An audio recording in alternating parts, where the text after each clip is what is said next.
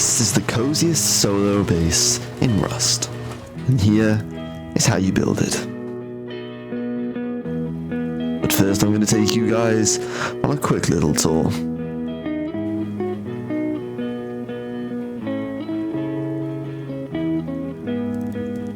This base is ideal if you're solo, fed up of building these chunky bases. This is a very small base, very efficient, very low upkeep, and perfect. You just want to chill out and enjoy your time playing Rust.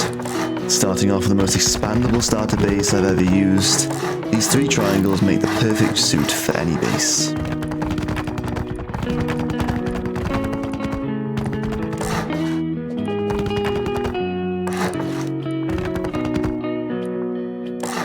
This bit here is optional, you don't have to have it. I personally like it, but it's up to you. Place the TC like so, and your bag by there, and make sure you get a door on. This place has enough room for a furnace, a workbench, campfire, and even a small box if you need it. This is easily achievable on wipe. Of course, you want to expand straight away after that, as soon as you have the resources. By fully walling in, doing the exact same thing you did on the other side to this side, apart from leaving one roof open. Placing a furnace as a jump up, this will mean you immediately have roof access to your base.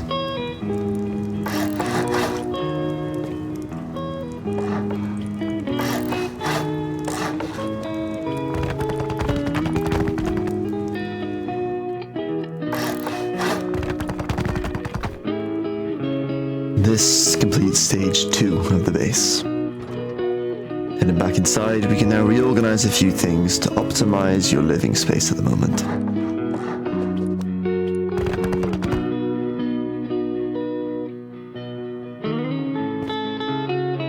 If you have the barrel pack, you can also put barrels here to make it a little bit more efficient.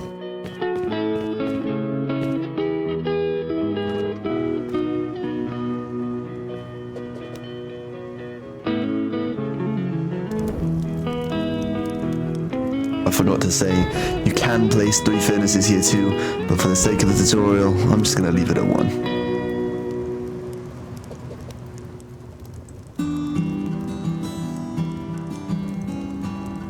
Of course, my base wouldn't be a cozy base without a bay rug.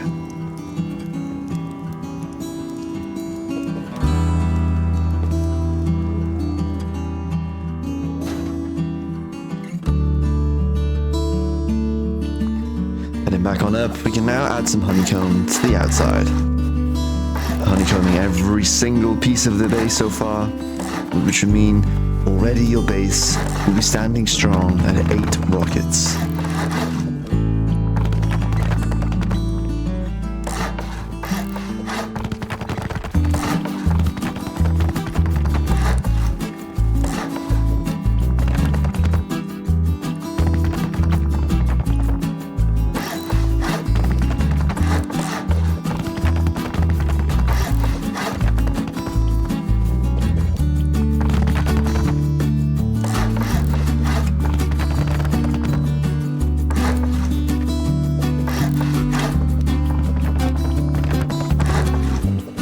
Also, now's a good time to say that I recommend, if you do have building skins, to use adobe on this base in the desert, and to use brick on this in the snow. I'd stick to normal stone if I was building on grass. By placing a twig jump up to not upgrade this bit, as we will have to move it in the future. Seal off these 2 roofs, and our base is already looking strong with honeycomb.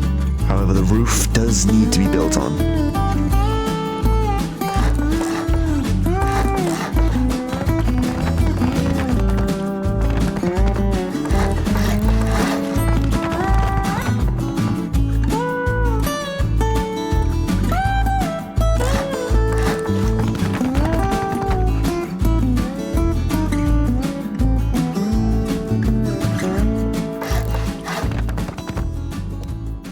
Your base should look something like this.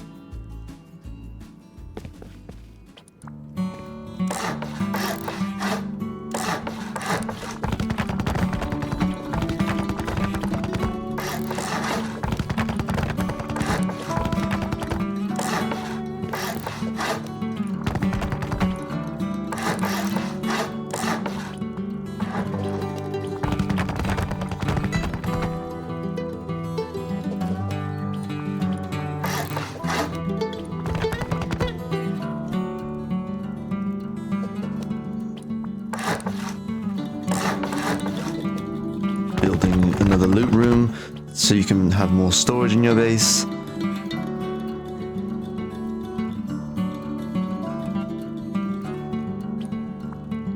I wouldn't recommend putting anything extremely valuable in these, as it is very close to the jump down, and any raiders coming in for roof will have access to that pretty swift. Coming back outside, and this final bit of honeycomb.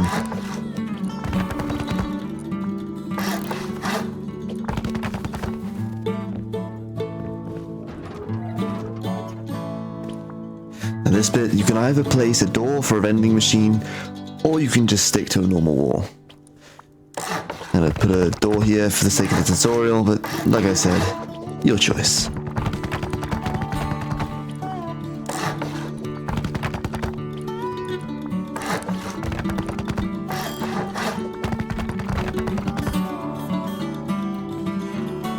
Placing a vending machine here, you can decide to sell whatever you want with drone access, of course.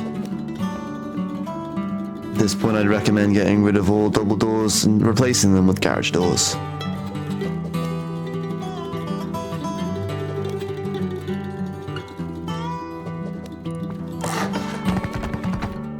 I forgot to mention, any triangle should probably have a wall frame for garage doors apart from the one here. We don't want to put anything there yet.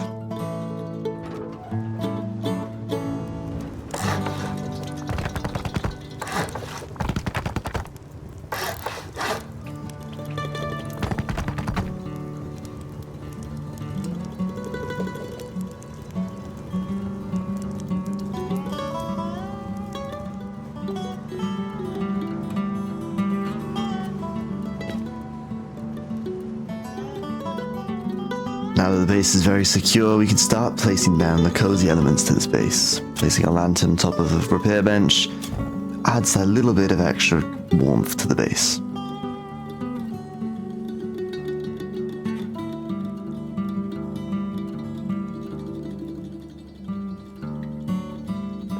Coming back here, this is where you can place a battery. It doesn't have to be a large battery.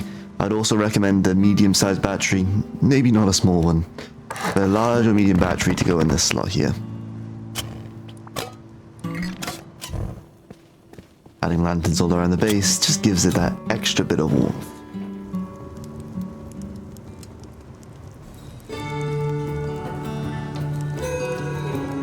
Metal upgrades. Now we can upgrade this certain bits of metal, and later high quality metal. However, I do know a fully high core as a solo is more of a fever dream than a reality. You might not be able to reach the top ones without hitting the bear rugs, so you might have to go upstairs and just follow as such.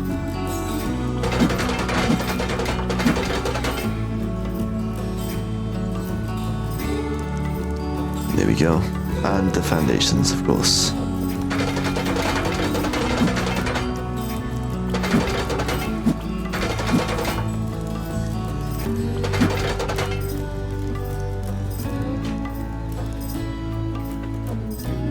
Now I'm going to be going over the electricity and the auto smelter, which I have in pretty much every single one of my bases.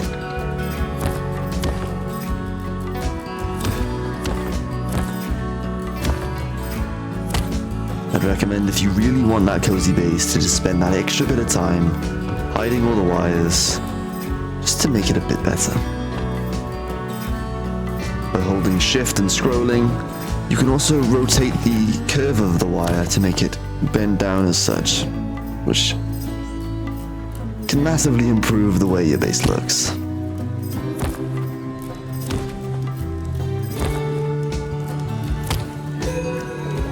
Placing electrical branches here, you can place however many you need for your base. However, for the sake of the tutorial, I'm just going to place 4 so we can get the auto smelter going.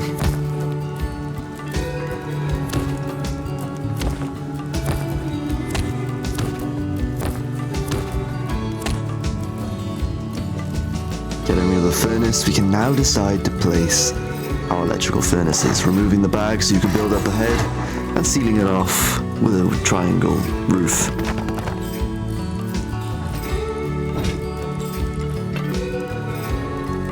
Placing an electric furnace with enough room for a storage adapter is vital for the auto smelter.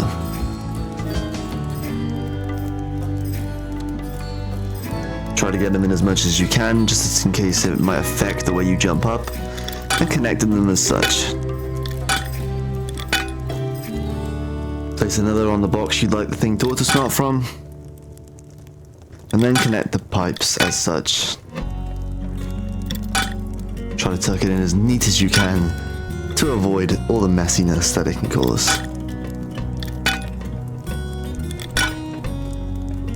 Placing 2 industrial conveyors here.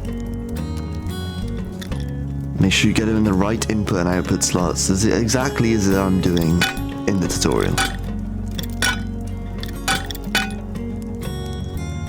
Maybe sometimes difficult, so make sure you get the angles right, just as so.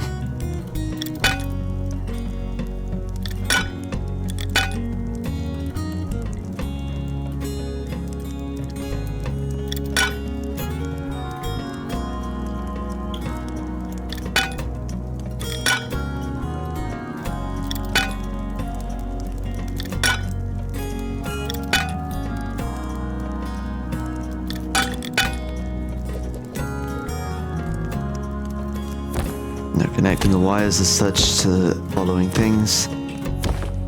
You can do it in any order you'd like. As long as you get the branch output the same, you'll be fine.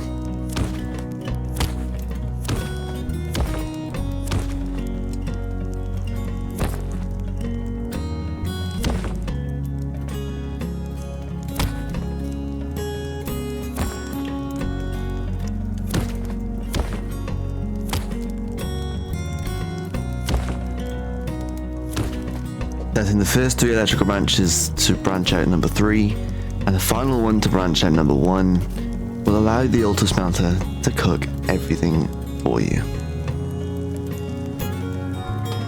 Coming over here, you should turn them both to these settings.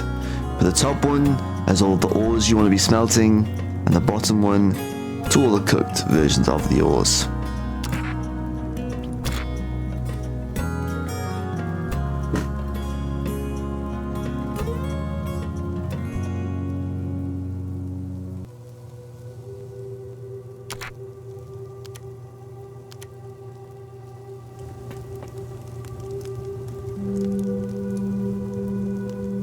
And now, everything in that top box, any ores put in, will automatically smelt.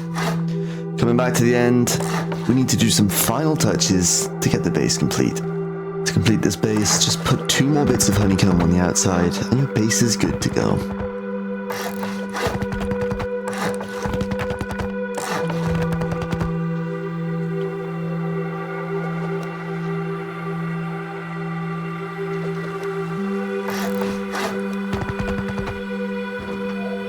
And that is it for the base tutorial. If you guys enjoyed, make sure to like and subscribe, and let me know what other type of videos you'd like to see me do. Thank you very much.